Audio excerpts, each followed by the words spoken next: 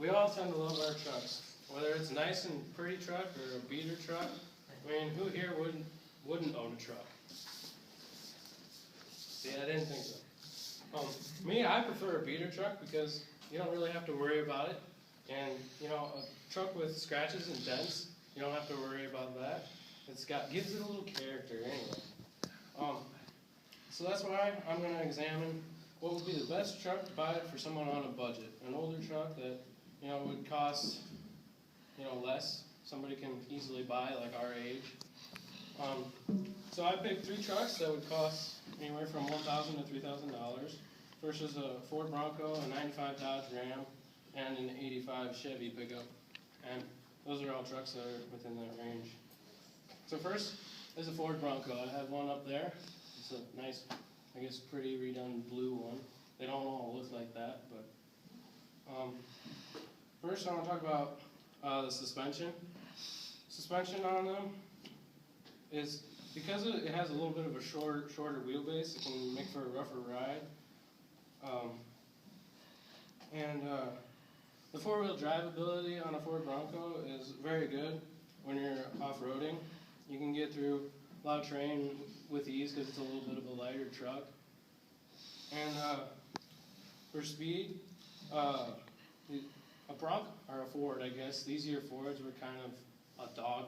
They really didn't go very fast unless you had the big block in these would barely keep up with just a regular small box Chevy usually, but all in all, they're a pretty good truck, I think. And then I'm also going to talk about, this is a 95 Dodge Ram 1500. They're really good, strong trucks.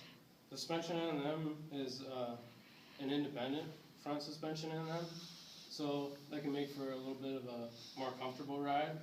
Like the Ford or like an 85 Chevy pickup has a straight axle that doesn't articulate, I guess, as well. And for the 4-wheel drive abilities, they're very similar to throughout the brands. I mean, they all can get through and get you more stuck than you would want to be usually. When you get stuck, you usually end up walking further than if you had 2-wheel drive. For just a speed of the truck there, this is a little bit newer of a truck, and it's probably going to be got a lot more horsepower, because like in the 80s and early 90s, the trucks had a lot of emissions that slowed them down, and this is getting into the years where they were fixing that. And then I want to talk about my favorite, which would be an 85 Chevy pickup. This thing is sweet. Of course, it's got a lift kit and bigger tires, that part's going to send you probably over $3,000. But like my truck, I bought it for $3,000, and the tires were almost gone, and I had to do some work to it, but it was definitely worth it, I think.